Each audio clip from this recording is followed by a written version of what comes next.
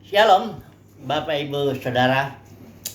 Kita meneruskan studi kita kristalisasi, masih di kitab 2 Raja-Raja, dan kita ambil ini judulnya pembuangan suku yang di seberang Sungai Yordan. Jadi di Sungai Yordan kita tahu ceritanya tuh suku Ruben, Gad, dan setengah suku Manasye. Ketika itu dia meminta kepada Musa agar mereka tidak usah menyeberang Sungai Yordan. Jadi sebelah timur Sungai Yordan ini sebenarnya bukan tanah perjanjian yang Tuhan berikan, karena Tuhan hanya memberikan tanah batasnya Sungai Yordan ke sebelah barat, ya. Nah, jadi karena suku Ruben, Gad, dan setengah suku Manasye, dia itu melihat bahwa tanah Gilead itu disebutnya itu baik untuk peternakan, karena mereka mempunyai banyak lembu sapi lah, ya, sehingga mereka meminta kepada Musa supaya tidak usah menyeberang. Dan sebenarnya Musa tidak mau memberikan itu, karena pertama itu melanggar perjanjian Tuhan, karena tanah perjanjian itu yang sebelah barat itu. Dan yang kedua, bisa membuat orang Israel yang lain, suku-suku yang lain menjadi malas untuk merebut warisan, ya. Dalam hal ini Israel warisannya itu tanah perjanjian itu. Sehingga Musa bilang, ya kamu boleh kalau memang berkeras, kan dia berkeras untuk tetap tidak mau menyeberang Sungai Yordan untuk memiliki tanah di sana. Dan Musa bilang, ya udahlah, kalau memang begitu kamu tetap harus ikut berperang, ya. Orang-orang yang mampu berperang dari suku Ruben, Gad, dan setengah Manasye tetap ikut nyeberang Sungai Yordan sampai semua saudara-saudaranya dapat, baru mereka boleh pulang, ya. Dan ketika mereka pulang, mereka membangun mesbah tiruan, ya, kita tahu ceritanya itu, dengan maksud supaya di waktu-waktu mendatang, ya, suku-suku Israel, ya, anak-anak cucunya yang sudah nggak tahu lagi ceritanya ini, nanti jangan-jangan anak cucu ini bilang bahwa kepada anak cucu suku Ruben itu bahwa mereka bukan umat Tuhan, karena mereka berada di seberang Sungai Yordan, ya. Ini suatu kesalahan, suatu kegagalan, ya. Jadi sama seperti Israel yang sebenarnya dia itu menjadi kerajaan dan imam-imam, ya. Kalau kita melihat di Keluaran 19 ayat 20. Maaf saudaraku, ya, ini saya syuting sudah agak malam, jadi suaranya harus agak pelan begitu, ya, supaya jangan terganggu. Nah, mudah-mudahan gak mengurangi semangat kita, ya. Jadi dalam Keluaran 19 ayat dan 20, di situ dibilang bahwa Israel dijanjikan menjadi 3 janjinya, ya. Pertama, dia menjadi bangsa yang kudus, menjadi umat Tuhan kesayangannya, dan menjadi raja-raja dan imam-imam. Jadi Israel menjadi imam-imam seluruh suku. Kemudian ini Yahweh, ini bangsa-bangsa lain yang diimami oleh bangsa Israel. Tapi kemudian gagal, ya, karena anak lembu emas, maka suku Lewi lah yang dipilih Tuhan untuk menjadi imam bagi bangsa Israel, ya. Ini suatu kegagalan juga, ya. Keimamatan suku Lewi itu sebenarnya suatu kegagalan, ya, sebenarnya karena rencana semula itu adalah seluruh suku Israel itu menjadi imam-imam. Sama seperti ini. 2,5 suku ini sebenarnya karena setengah Manasye yang setengahnya masuk ke tanah perjanjian, setengahnya di sebelah sini, ya. Ini juga suatu kegagalan. Suku Ruben, Gad, dan setengah suku Manasye itu gagal untuk memperoleh warisan, ya, tanah perjanjian. Nah, kemudian kita tahu ceritanya di tahun 722 sebelum Masehi, ketika Israel kan pecah itu kerajaannya, yang sebelah utara itu kerajaan Israel 10 suku, yang di sini Yehuda dan Benyamin, kerajaan selatan kerajaan Yehuda, ini dipimpin oleh keturunan Daud. Nah, ini yang tahun 722 sebelum Masehi, itu mereka sudah diangkut secara kerajaan, sudah runtuh. Kerajaan Israel itu runtuh ketika Raja Asyur itu Salmaneser, ya, kalau saya tidak salah itu rajanya yang menyerang Raja Asyur itu yang meruntuhkan kerajaan Israel yang tahun 722 sebelum Masehi. Tapi sebelumnya sebenarnya ada seorang raja namanya Tiglat-Pileser ini raja ini sudah menyerang tanah Gilead yang sebelah timur Sungai Yordan, mengangkut suku Ruben, Gad, dan setengah Manasye. Jadi 2,5 suku ini yang sebelah timur Sungai Yordan lebih dulu diangkut ke Asyur, ya. Baru kemudian 10 suku yang di sebelah barat Sungai Yordan itu yang disebut kerajaan Israel itu juga diangkut, ya, tahun 722 sebelum Masehi. Apa yang kita bisa tarik pelajaran mengenai cerita pembuangan lah, ini sebenarnya judulnya, ya, pembuangan suku di seberang Yordan yang lebih dulu dibuang daripada yang di sebelah barat Sungai Yordan, yang 10 suku itu sisanya, bukan 10 suku jadinya 7,5, ya, 7,5 suku.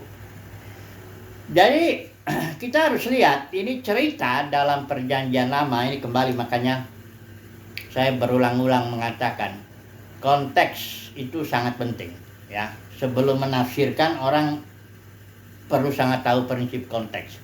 Saya sudah sering mengulang bilang bahwa Perjanjian Lama itu bersifat nubuat, penggenapannya Perjanjian Baru. Perjanjian Lama juga bersifat bayangan, ya, wujudnya itu Perjanjian Baru itu adalah Kristus, Kolose 2 ayat 17.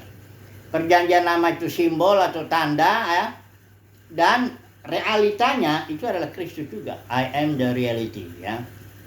Nah, jalan pikiran Perjanjian Lama itu adalah jalan pikiran nubuat, bayangan, dan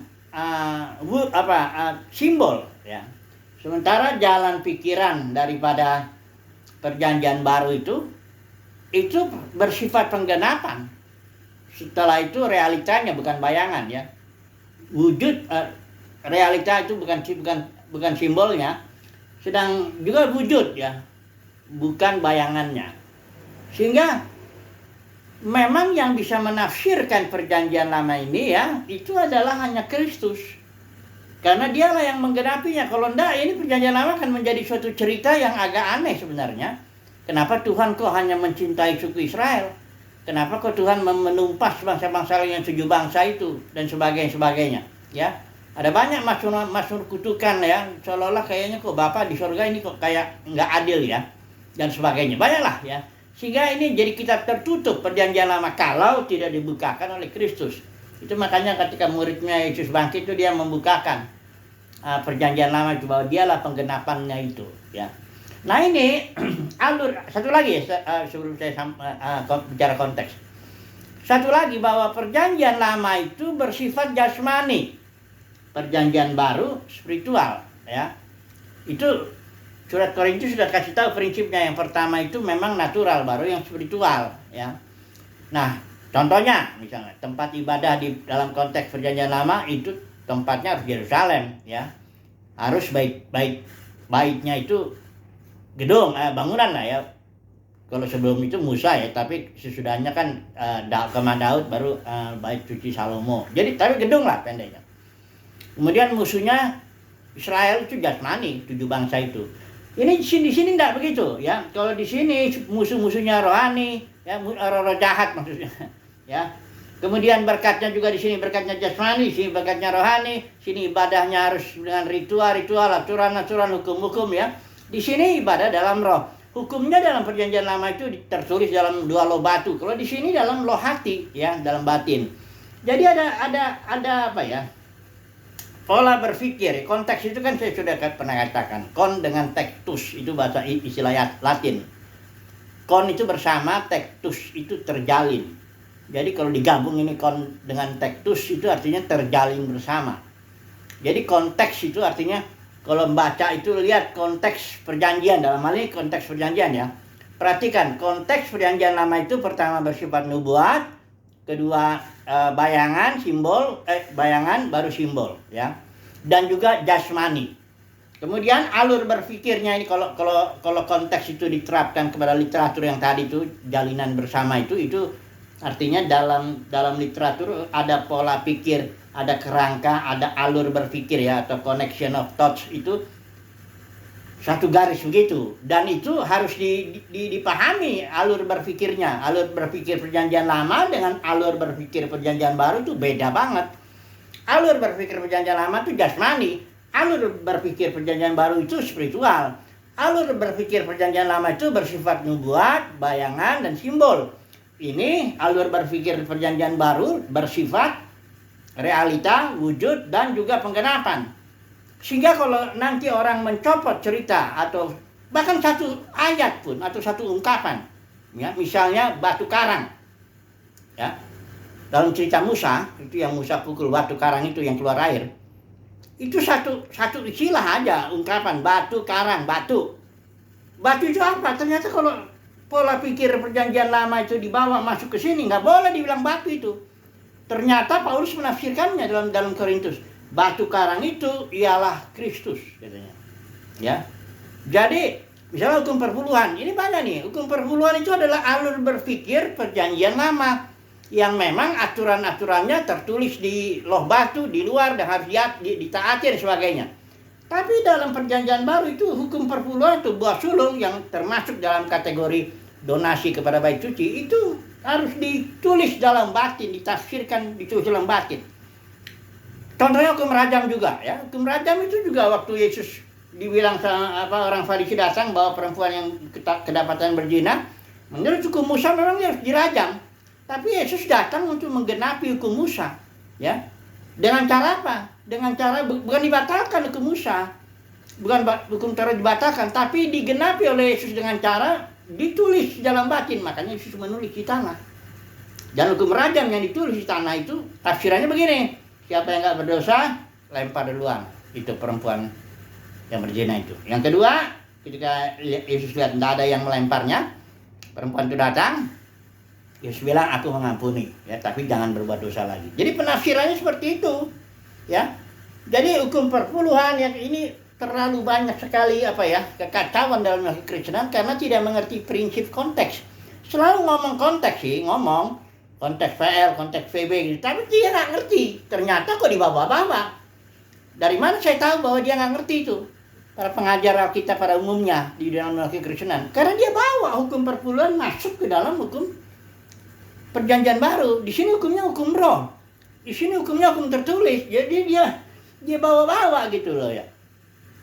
Ibadah juga dibawa, ya. Dengan mengutip Ibrani 11:25. Dibilang ibadah harus di gedung ini, di gedung itu. Padahal Yesus bilang ibadah itu para perempuan Samaria nggak lagi gunung ini, gunung itu, nggak lagi Yerusalem, tapi dalam roh. Ya, Ibrani 11:25 juga itu episinagoge, itu istilahnya bukan pertemuan biasa, itu pertemuan dalam dimensi roh.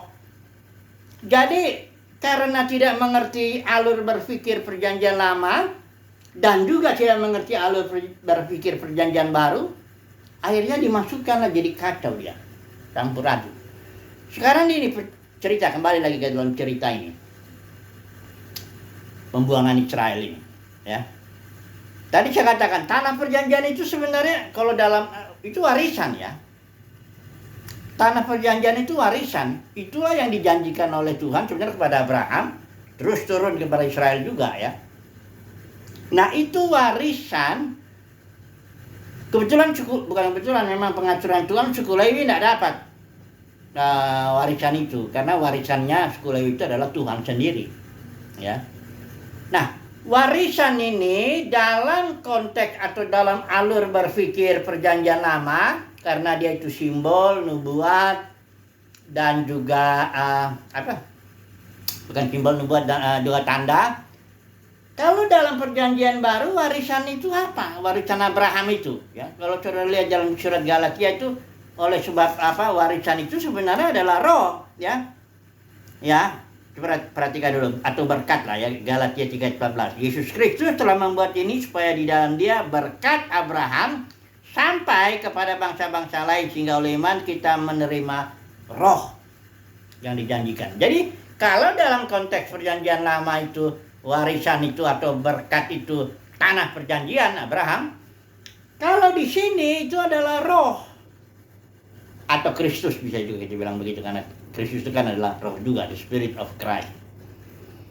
Jadi Saudara sih nggak ada, ya maksudnya karena ini juga kesalahan juga ya, artinya kita jadi merasa ada tanah suci, kita orang Kristen datang ke Israel sana. Ya kalau cuma datang aja sekedar main-main aja, yang melihat-lihat ya nggak apa-apa, tapi nggak ada nilai rohaninya. Karena warisan itu kita, konteks kita ini adalah roh, nggak perlu datang ke sana, ngapain? Katanya supaya lebih ngerti Alkitab. Enggak, Alkitab itu kata Yesus, perkataanku adalah roh dan hayat. Nah, kalau kita nggak ngerti, nggak dapat wahyuan, nggak dapat kasih karunia untuk melihat, memang nggak bisa ngerti kok. Biarpun kita ke Israel biarpun kita mau kemana nggak bisa. Jadi berpikirnya ini saya melihat dalam kekristenan ini terjadi kekacauannya itu di sini. Terutama perpuluhan lah ya. Saya baru dengar itu ada orang khotbah terus perpuluhan aja. Ya, ini saya udah nggak ngerti konteks. Saya rasa ada mungkin cinta uang juga, ya. Udah susah itu, susah diajarin itu kalau udah begitu. Ya bukan hamba Tuhan lagi lah, udah kalau udah begitu kan. Karena fokusnya udah jasmani, udah gitu teologi sukses sekarang merajalela luar biasa ini dalam dunia kekristenan. Nah jadi, oke lah kita kembali lagi sini. Bagi Israel warisan itu adalah tanah. Bagi kita warisan itu adalah roh atau Kristus itu sendiri. Nah, persoalannya roh yang diterima ketika pencurahan roh gereja mula-mula itu, gereja ya, di seluruh gereja akhir zaman sebenarnya pencurahannya roh itu waktu Pentakosta itu adalah masih panjar. Apa itu maksudnya? DP, down payment, atau apa tuh, masih panjar lah ya, DP. Itu dulu kita lihat ya. Roh yang diterima gereja itu masih berupa panjar. Coba dulu kita lihat di dalam Efesus ya, pasal 1. Perhatikan ini, saya baca yang ayat 14. Dan Roh Kudus itu adalah jaminan, bagian di sini bagian itu terjemahannya kleronomia, itu artinya warisan. Ya. Atau inheritance, warisan. Ya, Roh Kudus itu warisan, tapi masih berupa jaminan aja. Istilah Ibraninya arabon, artinya DP atau panjar. Jadi Paulus bilang dalam surat Efesus pasal 1:14 bahwa Roh Kudus itu yang adalah panjar atau DP saja, itulah dia warisan kita. Ya. Jadi pencurahan Roh Kudus kepada gereja di zaman Pentakosta ini itu adalah jaminan, warisan, DP, panjar, belum seluruhnya. Nanti ketika pesta Pondok Daun, jadi orang Israel itu pestanya ada 3. Nah ini juga pengertiannya ini ya. Paskah itu ya motong domba ya, digenapi di sini Yesus itu dengan kematiannya, dia anak domba Paskah kita. Pentakosta pencurahan Roh Kudus, DP. Jadi Pentakosta pencurahan Roh Kudus yang berupa panjar, jaminan aja bahwa kita akan nanti menerima keseluruhannya ketika pencurahan Roh Kudus pada saat apa itu namanya, Pondok Daun penggenapannya. Itu ada di Roma pasal 8 yang sering saya sebut itu ayat 19:21, bahwa ketika akhir zaman itu tampillah itu para buah sulung itu orang ya, buah sulung di surah lihat di khotbah dalam kekristenan kebanyakan ditafsirkan itu uang. Padahal buah sulung itu orang. Surat Yakobus juga jelas kok bilang. Ya, itu kembali ya, saya bilang nggak ngerti ya konteks atau cara berpikir perjanjian lama dengan pola alur berpikir perjanjian baru, dia nggak ngerti itu. Itu sebabnya dibilang buah sulung di sini uang, malah gaji 1 bulan katanya dalam setahun seluruhnya. Ya nggak peduli itu jemaat mau makan apa. Ngeri deh ya. Tapi itu pengajar itu kayaknya disanjung-sanjung juga ya, tapi sama jemaatnya lah ya. Udah banyak orang juga tahu itu ngawur gitu. Jadi kapan kita menerima Roh Kudus sepenuhnya ya? Ketika akhir zaman itu yang disebut penggenapan Pondok Daun itu terjadi. Roma 8 ayat 19-21, di mana putra-putra Elohim tampil dalam kepenuhan roh, tidak lagi DP, juga dengan tubuh baru, ya. Itu sebabnya Yesus bilang, kamu akan melakukan perbuatan-perbuatan yang lebih besar daripada yang aku lakukan. Karena di Roma 8 itu ayat 19-21 itu putra-putra Elohim akan memulihkan atau melayani berjaman-jaman sampai segala lutut bertelut, lidah mengakui Yesus adalah Tuhan, sampai Bapa menjadi semua dalam semua. Artinya Bapa bisa mengekspresikan dirinya di dalam semua ciptaan dan melalui semua ciptaan, ya. Sampai juga tidak ada lagi maut yang adalah upah dosa, ya. Perhatikan ya, maut, upah dosa itu maut, bukan upah dosa neraka kekal. Itu kata Agustinus, ya, Bapak gereja itu diakuinya. Tapi kalau menurut saya dia bapak denominasi lah, ya. Nah, gereja udah pecah.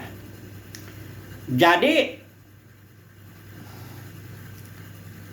apa yang bisa kita pelajari ini, kesimpulan kita ini? Gagal lah, ya, berarti 2,5 suku itu gagal menerima warisannya. Dari awalnya juga udah gagal.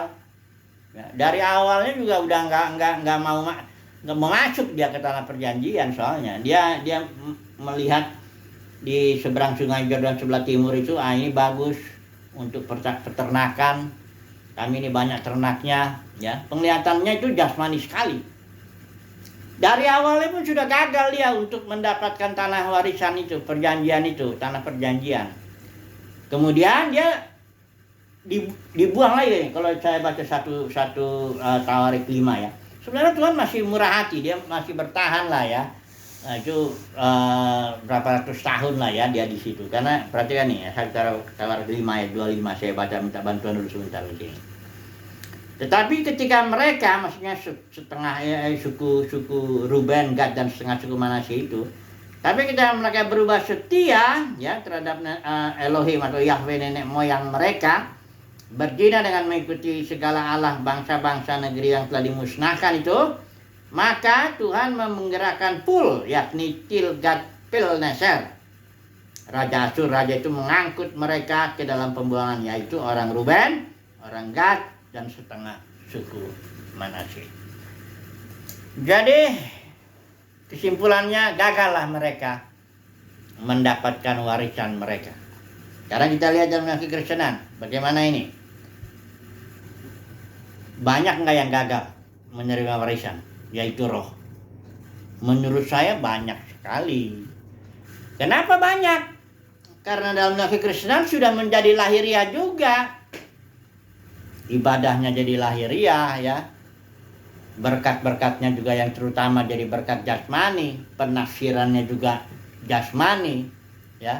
Itu yang kalau dibilang surat Yudas guru palsu itu ada menggunakan kasih karunia Tuhan tapi diarahkan kepada perkara-perkara jasmani, bukan kepada perkara-perkara roh. Soal kerajaan surga itu bukan soal makan minum.